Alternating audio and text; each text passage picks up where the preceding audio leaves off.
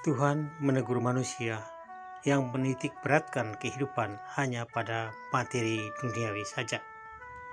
Carilah dahulu kerajaan Allah, harta yang abadi. Salve sahabatku, saudaraku yang terkasih di dalam Kristus. Kiranya damai Kristus selalu beserta kita. Semoga hari ini kita semua dalam keadaan sehat walafiat rohani jasmani kita. Seandainya ada saudara kita yang sedang sakit atau sedang ada masalah, marilah kita satu hati, satu iman. Kita berdoa untuk mereka. Kiranya Tuhan menyembuhkan mereka bagi yang sedang sakit, dan oleh Roh Kudus-Nya Tuhan memberi jalan keluar bagi mereka yang sedang ada dalam masalah di dalam hidup mereka, di dalam keluarga mereka. Sahabatku, saudaraku yang terkasih, kembali hari ini saya mengajak, marilah kita bersama-sama belajar dan merenungkan firman Tuhan yang akan kita ambil dari bacaan Injil liturgi hari ini, yaitu dari Injil Matius bab 6 ayat 19 sampai dengan ayat 23. Mari kita mendahului dengan tanda kemenangan kita dengan berdoa. Dalam nama Bapa dan Putra dan Roh Kudus. Amin. Datanglah ya Roh Kudus, penuhilah hati umatmu, dan nyalakanlah di dalamnya api cintamu. Utuslah rohmu, maka semuanya akan dijadikan lagi, dan engkau akan membaharui muka bumi. Ya Allah, engkau mengajar hati umatmu dengan penerangan Roh Kudus. Marilah kami dengan perantaraan Roh Kudus itu kebijaksanaan yang sejati, serta kurnia selalu merasa gembira atas penghiburannya, karena Kristus Tuhan kami. Amin. Dalam nama Bapa dan Putra dan Roh Kudus. Amin. Inilah Injil Yesus Kristus menurut Matius. Dimuliakanlah. Dalam khotbah di bukit, berkatalah Yesus, "Janganlah kalian mengumpulkan harta di bumi. Ngengat dan karat akan merusaknya, dan pencuri akan membongkar serta mencurinya. Tetapi kumpulkanlah bagimu harta di surga. Di surga ngengat dan karat tidak merusakkannya, dan pencuri tidak membongkar serta mencurinya. Karena itu di mana hartamu berada, di situ pula hatimu berada. Mata adalah pelita tubuh. Jika matamu baik, teranglah seluruh tubuhmu. Jika matamu jahat, gelaplah seluruh tubuhmu. Jadi jika terang yang ada padamu gelap, betapa gelapnya kegelapan itu." Demikianlah sabda Tuhan, terpujilah Kristus. Tuhan menegur manusia yang menitik beratkan kehidupannya hanya pada materi duniawi saja.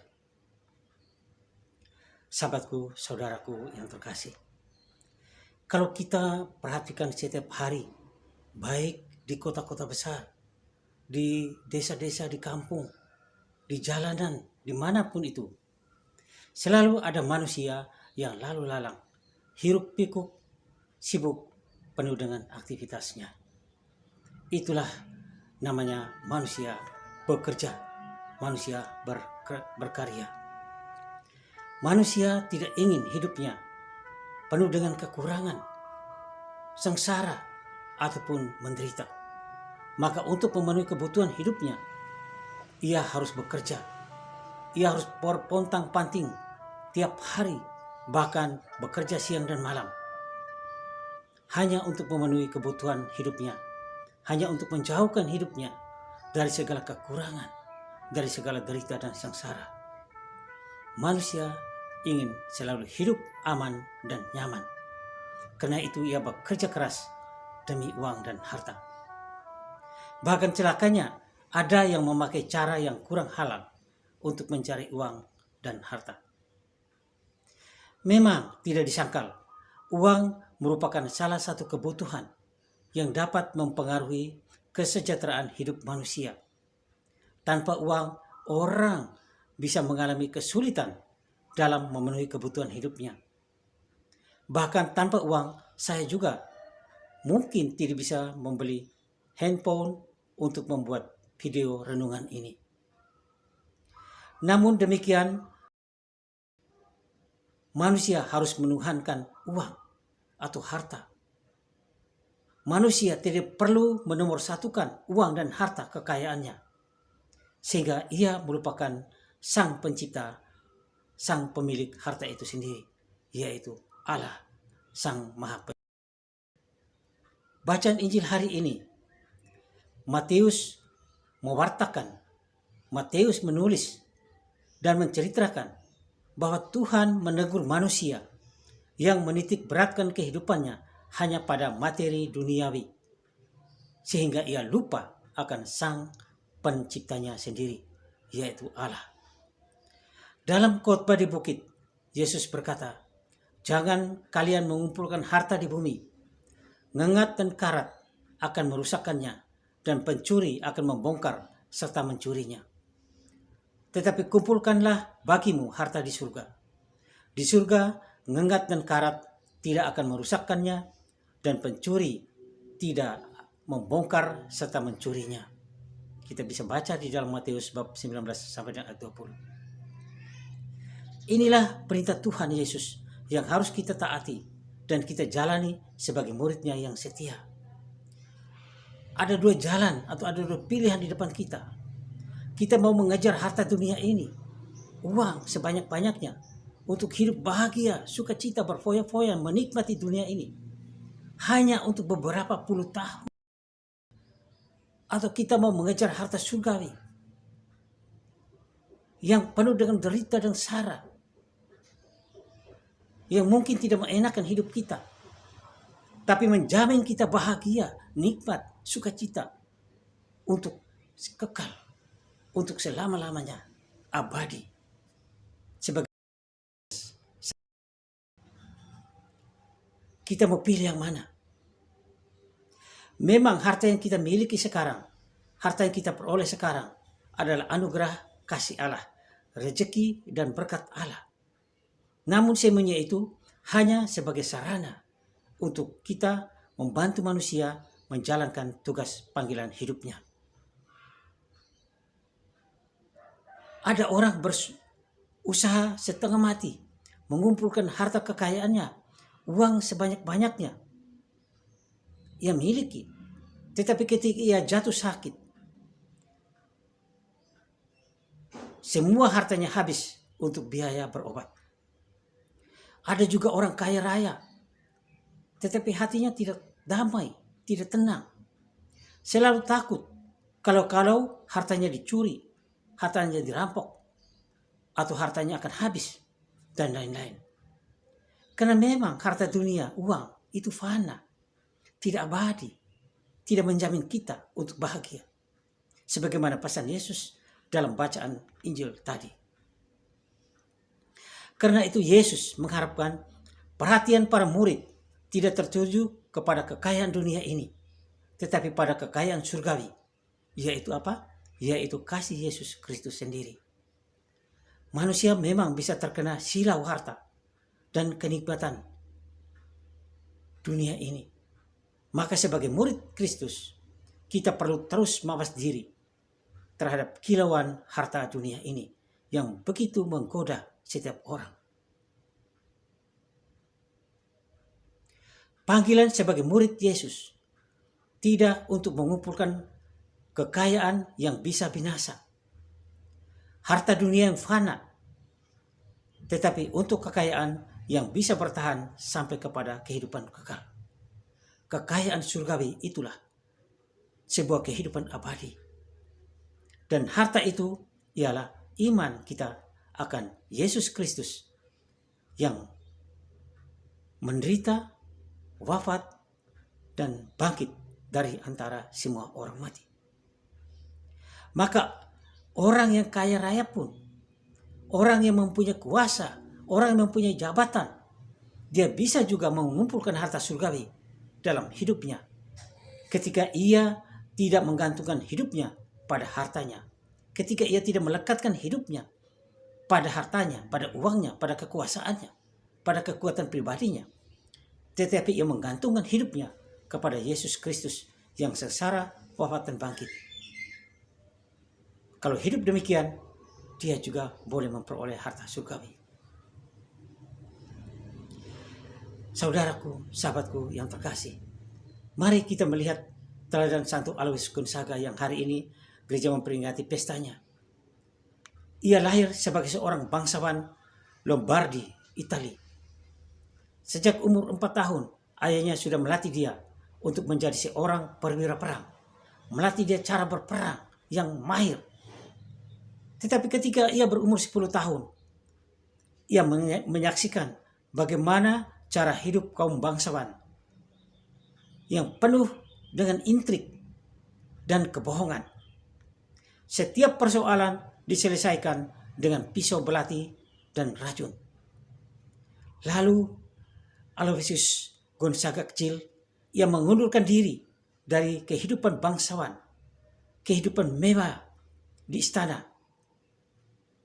Dan di usia 16 tahun, ia berusaha bergabung dengan kongregasi Serikat Yesus atau SY. Lalu ia bekerja di tengah-tengah orang yang menderita, orang yang sakit, bahkan di tengah-tengah orang yang berpenyakit bahaya dan menular. Bahkan ia sendiri akhirnya tertular oleh penyakit yang berbahaya itu, dan ia meninggal pada usia muda sekali, di usia 23 tahun.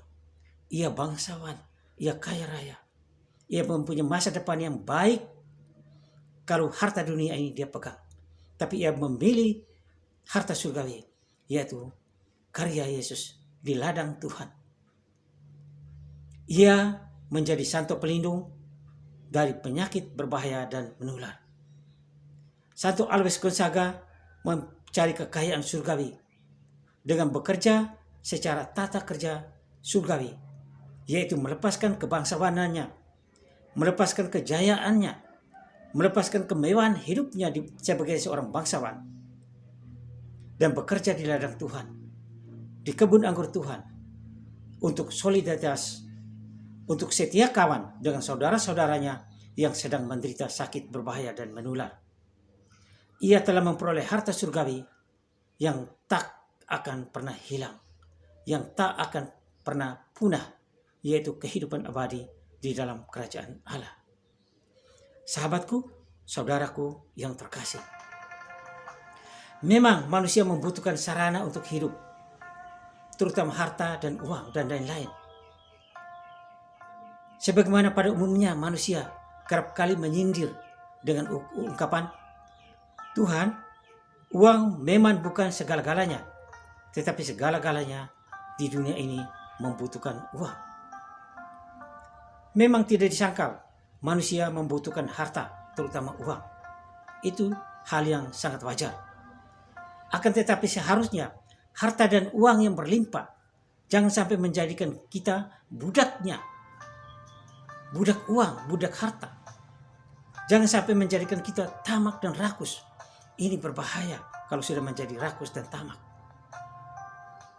Tetapi mestinya semua kekayaan kita diarahkan, digunakan sepenuhnya untuk kebaikan dan untuk kesejahteraan manusia bersama.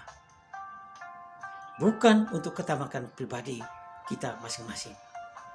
Karena itu Yesus melarang kita untuk khawatir akan hidup, akan makanan dan minuman, serta soal pakaian.